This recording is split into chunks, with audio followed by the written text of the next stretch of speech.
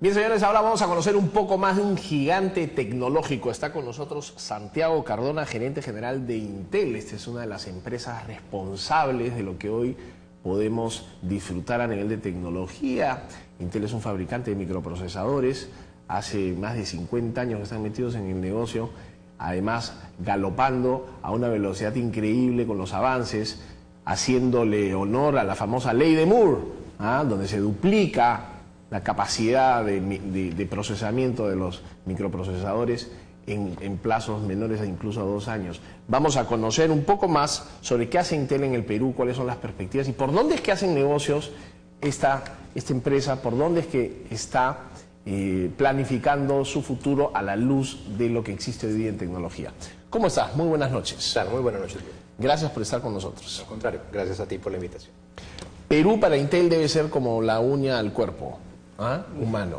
¿Cómo está estructurada la organización? ¿Qué hacen aquí? Me imagino que ustedes tienen, pues, no sé, convenios, deals con fabricantes, venden los microprocesadores, pero ¿qué más hacen? ¿Cómo está estructurada, digamos, la organización? Cuéntame un poco, por favor. Bueno, primero sobre el tamaño relativo de Perú para Intel, no lo es tanto así. Hoy en día Perú dentro de América Latina es el quinto o sexto mercado de la región, dependiendo. Y América Latina dentro del mundo. Sí. Bueno, América Latina dentro del mundo es más o menos la quinta o sexta plaza. Como el 10%, digamos, en general del negocio de Intel. O sea que, pues, si lo quieres ver a detalle, pues efectivamente no es el país más grande. Sin embargo, es un país en el cual desde este año Intel ha decidido invertir más y profundizar su operación. Te hablo un poco sobre nuestra estructura. Por favor. Nosotros tenemos varios segmentos. Uno de ellos es el segmento de hogares, que es la gran mayoría del mercado de computación en general de América Latina. Si lo miras en unidades, son los consumidores de hogar.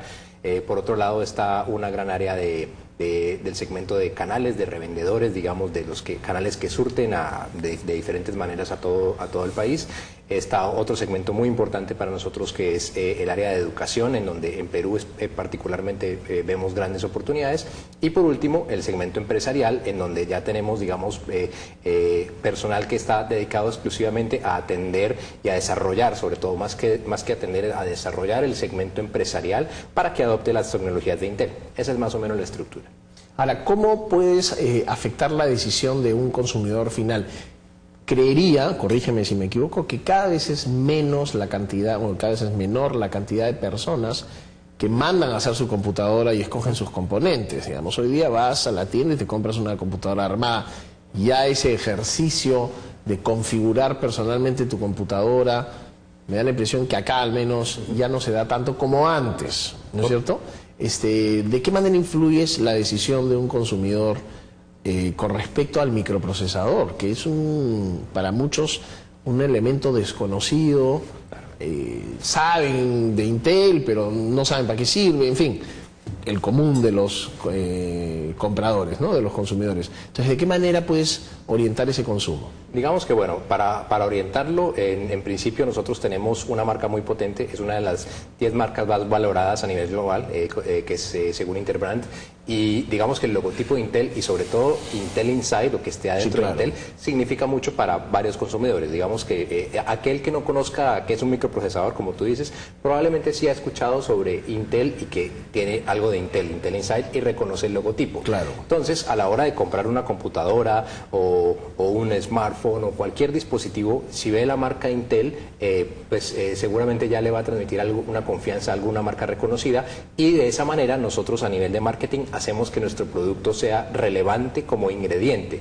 De hecho, como caso de éxito a nivel mundial de marketing, digamos que como marca ingrediente, Intel y Intel Inside es una marca bien reconocida, que de esa manera logramos hacer que la gente pues entienda la importancia del microprocesador, que es el cerebro de la computadora o del dispositivo de cómputo que estés comprando. Esa es la manera como lo hacemos. Pero respecto a tu primera parte de la pregunta de qué tanta gente todavía ensambla, digamos, o configura la medida de computadora, computadoras. Si bien es cierto que en Perú y en general en el mundo esto tiende a disminuir, Perú dentro de América Latina sigue siendo uno de los países que todavía tiene muchísimo, digamos, ensamble y configuración de computadoras a la medida, sobre todo en provincia, en donde, en donde en Perú particularmente como Intel vemos una gran oportunidad de justamente desarrollar el mercado, porque pues todavía no han llegado muchas de estas nuevas y últimas tecnologías, en buena parte porque la penetración de Internet todavía es muy baja y entre otros factores. De cada 10 máquinas que se producen, ¿cuántas no tienen Intel? Pues bueno, es una pregunta que hoy en día ya es un poco más amplia porque depende de la categoría que lo mires. Si hablamos de PCs, digamos de computadoras para consumidores, la línea. Sí, digamos que 2 de cada 10 no tendrían Intel. Sin embargo, ahora pues nosotros estamos yendo mucho más allá de la computadora y del PC, digamos, y estamos también incursionando en tabletas, en smartphones y también otros. Pero ahí el consumidor configura la tableta, el smartphone, y ahí ya eres absolutamente receptivo, ¿no? Pasivo totalmente, ¿no? Sí, pues digamos que tú no puedes configurar, pero el consumidor, sea un consumidor de hogar o una empresa, siempre va a tratar de buscar la mejor opción y al final del día va a tratar de identificar qué componentes tiene ese producto para que le sea más adecuado, incluyendo el microprocesador, que pues nuestra labor es que decida comprar Intel. Digamos, las razones o las áreas por las cuales se desvelan hoy día los ingenieros de Intel están asociados a qué? Movilidad, acceso a la nube. ¿Cuáles son las grandes tendencias que están marcando, digamos, el trabajo, la pauta de las siguientes innovaciones? Claro.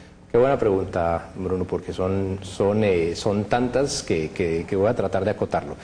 Para que te hagas una idea, Intel es una empresa que invierte más de 4 billones de dólares al año en investigación y desarrollo. O sea, estamos hablando de realmente muchísima innovación en diferentes áreas. Pero si podríamos decir una gran área en donde los ingenieros están desvelados es en todo el tema que tiene que ver con Internet de las cosas y hacia dónde va, digamos, la tecnología y estos microprocesadores que estamos hablando, que si bien arrancaron y se popularizaron en las computadoras, hoy en día van a estar, o la idea es que estén en cualquier tipo de dispositivo y de esa manera dotarlo de inteligencia, digamos, desde un televisor a una refrigeradora, a un automóvil, generar ciudades inteligentes, toda una cantidad de desarrollos. Así que nuestros ingenieros y digamos el futuro de la empresa está muy orientado hacia todo lo que tiene que ver con Internet de las cosas y cada vez dotar de mayor inteligencia a dispositivos y hablar de billones, de varios billones de dispositivos conectados a la red y a la famosa nube de la que todo el mundo habla y ahí es, digamos, la gran área de desarrollo hacia futuro de Intel.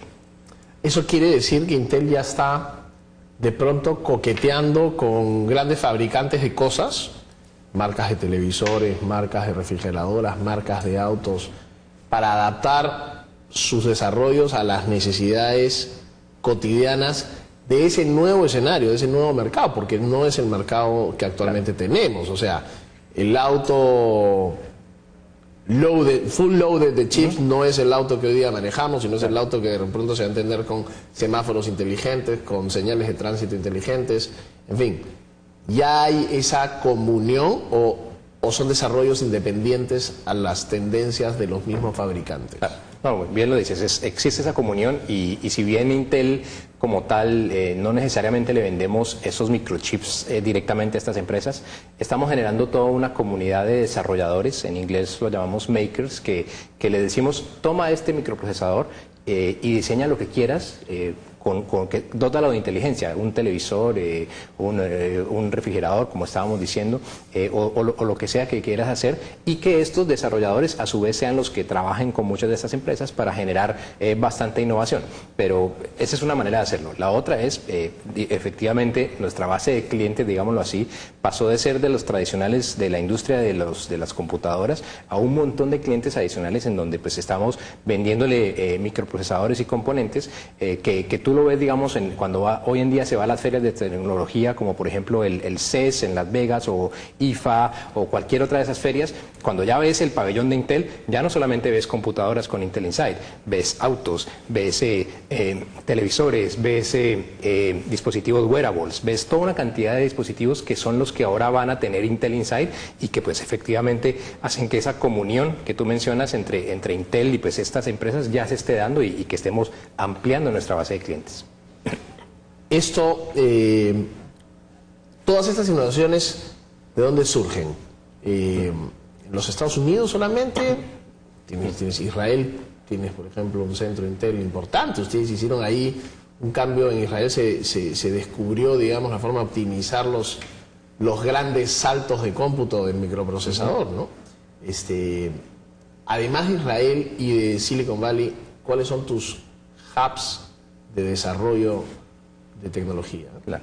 Pues bueno, Intel como tal tiene una política de, llamémoslo así, distribuir su investigación y desarrollo en diferentes partes del globo, tanto por razones geográficas de un poco de diversificación y demás, tanto como por aprovechar la base de ingenieros y de talento que hay a nivel global, ¿no?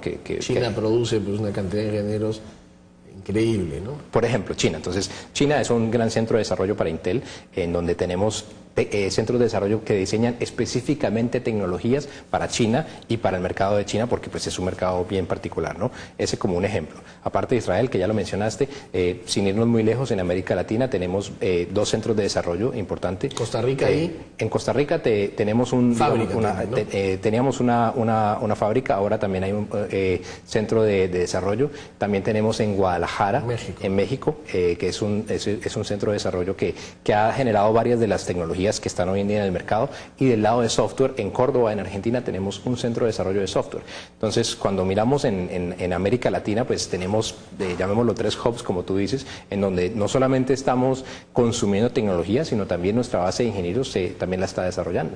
Excelente, ¿no? Interesante. ¿Y responden bien los ingenieros latinos o no? Así es, sí. De hecho, ¿Cumple el horario? Bueno, digamos que Intel tiene una política un poco más flexible en cuanto a horarios por ser empresa norteamericana, pero digamos que al final del día lo que nos interesa es aprovechar es aprovechar la base de talento que tenemos, bien diversa, para generar muchísimo desarrollo. ¿Cuánto va a vender Intel este año 2015? Pues digamos que en las perspectivas globales que tenemos, la cifra debería estar alrededor de los 57 billones de dólares, más o menos. Es que pues es una cifra bien interesante respecto a lo que es las compañías de cómputo a nivel global. Importantísimo, ¿no? ¿Y tu primer fabricante partner quién es? ¿Lenovo? ¿Dell? Hoy en día, bueno, eso es una pregunta, es bastante compleja porque, como te decía, Intel se está diversificando en muchísimas líneas de negocio.